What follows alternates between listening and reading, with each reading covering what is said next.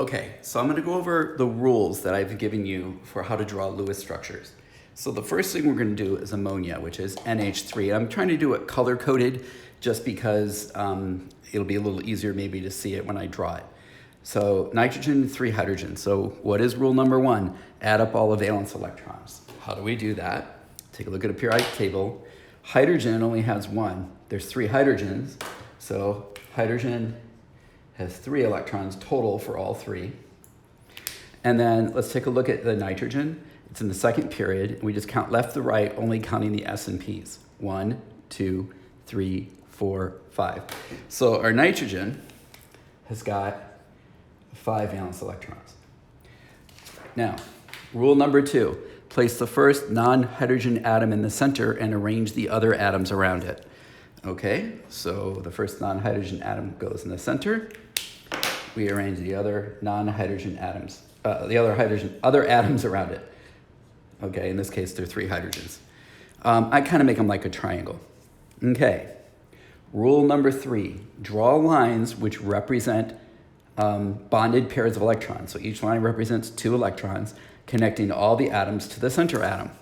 So let's do that next. Now, we have to start doing some simple math. So once we get done with rule 3, we subtract the number of electrons present in the bonds from the total number counted at the beginning. Well, the total number at the beginning was 8 electrons. So how many have we used up? 2 electrons, 2 electrons, 2 electrons. So 8 minus 6. We have 2 electrons left. Now we go down to the 5th rule. Arrange the remaining electrons in pairs to satisfy the duet rule for hydrogen and the octet rule for the other atoms. Well, let's see.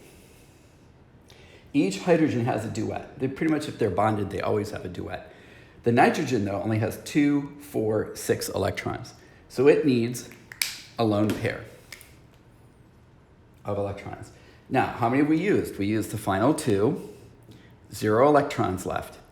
So we've got a lone pair here, and I kind of have been showing lone pairs using the molecular models. Here is your nitrogen atom, here's your lone pair, and these 3 other hydrogens attached. Each bonded pair counts as 2 electrons, each lone pair is 2 electrons. So there's 8 electrons around the nitrogen, so its valence electron shell is full. Now, let's take a look at the next one, because the next one's a little more complicated, because there's actually 6 rules, but we only used 5. We finished this one, it's good. You don't have to draw the little weird thingy like that. You can just put a lone pair. Okay, now, let's take a look at the next one. Rule number 1, add up all the valence electrons. Well, we know how to do it for hydrogen. Each hydrogen has 1, so there's 2 hydrogens, so that's 2 electrons. Now we look at carbon. How do we figure it out for carbon? We get our periodic table. Carbon's in the second period. We start counting left to right, just counting the S's and the P's. If we had a lower one down here, we would be ignoring completely the D's. So 1, 2, 3, 4. Carbon has 4 valence electrons. And now we look at the oxygen. Okay, so oxygen is also in the second period. 1, 2, 3, 4, 5, 6. 6, but how many oxygens do we have? We have 2. So 2 times 6 is 12 electrons. So 12, 4, and 2, that's 16, 18 electrons total. That's our total. Now, rule number 2, place the first non-hydrogen atom in the formula in the center and arrange the other atoms around it. So we're going to put carbon in the center, and we're going to start to arrange the other things around it. So we've got a hydrogen, and we've got 2 oxygens.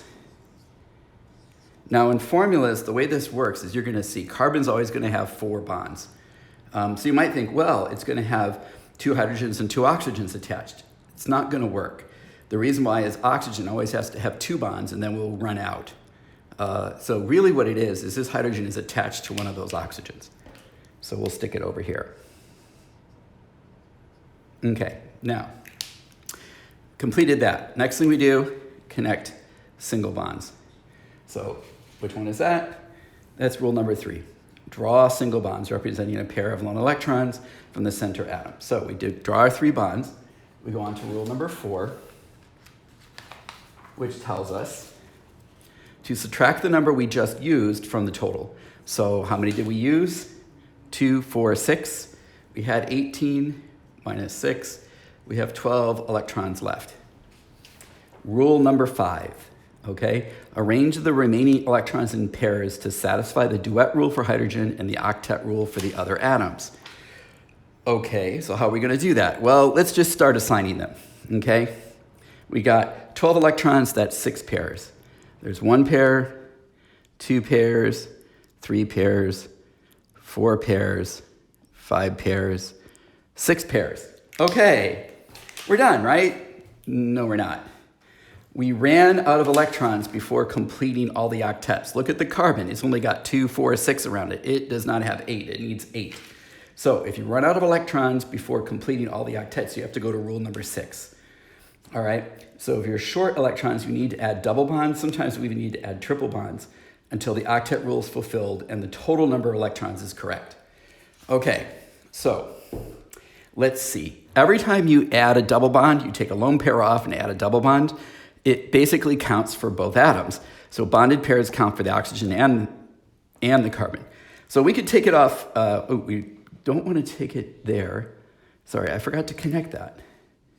Okay, that was my mistake. That should have been 8, 2, 4, 6, 8 electrons. And we should have had 10 electrons left. And we should have ran out like this. I apologize for that. Sorry, I forgot to connect the hydrogen in there. So we're still short. We only have 6 electrons on the carbon in the middle.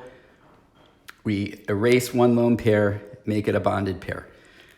Okay, so now what we've got is carbon with 2, 4, 6, 8 around it. This is a double bond.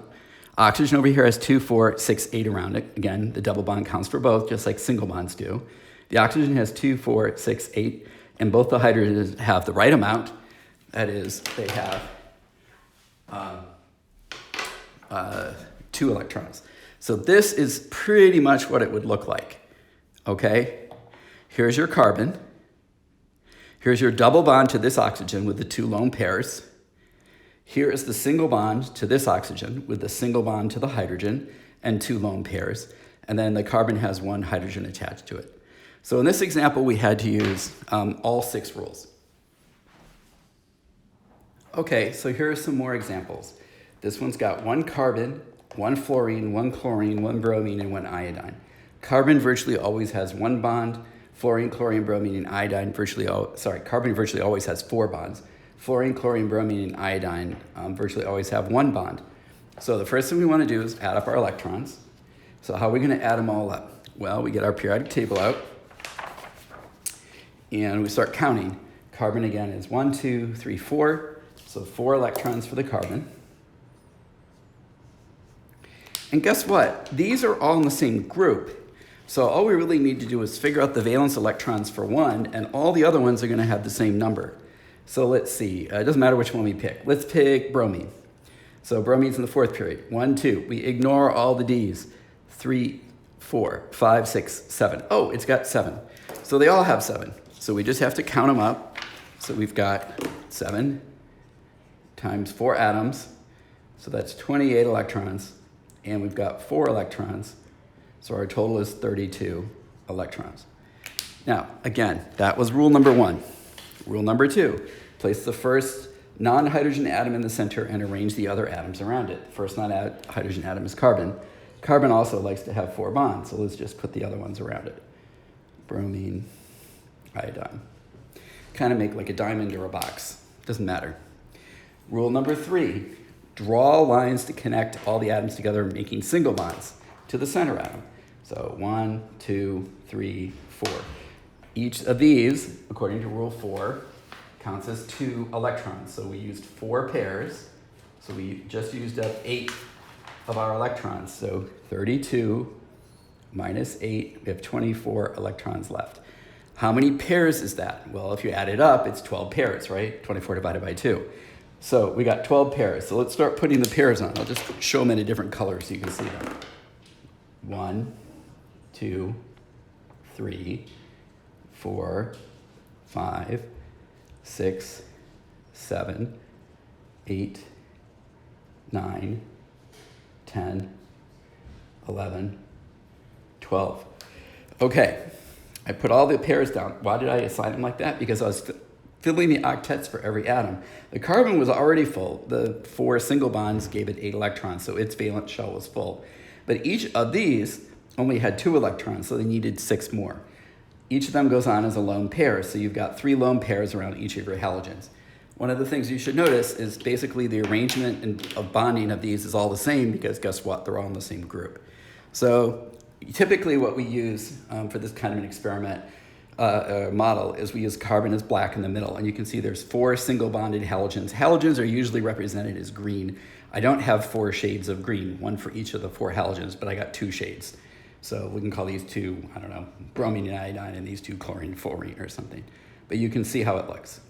All right, now, next one.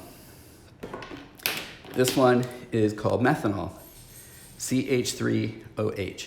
Okay, first thing we want to do in this example is add up all the valence electrons. Hey, we're doing that every single time.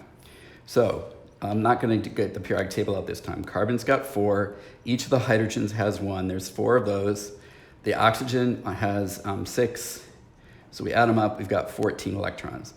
We put the carbon in the middle. Rearrange the hydrogens around it and the oxygen.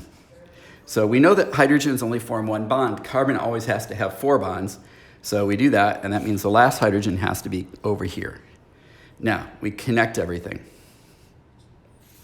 Okay? We had 14. How many did we use up? 2, 4, 6, 8, 10. 14 minus 10, that leaves us 4 electrons left.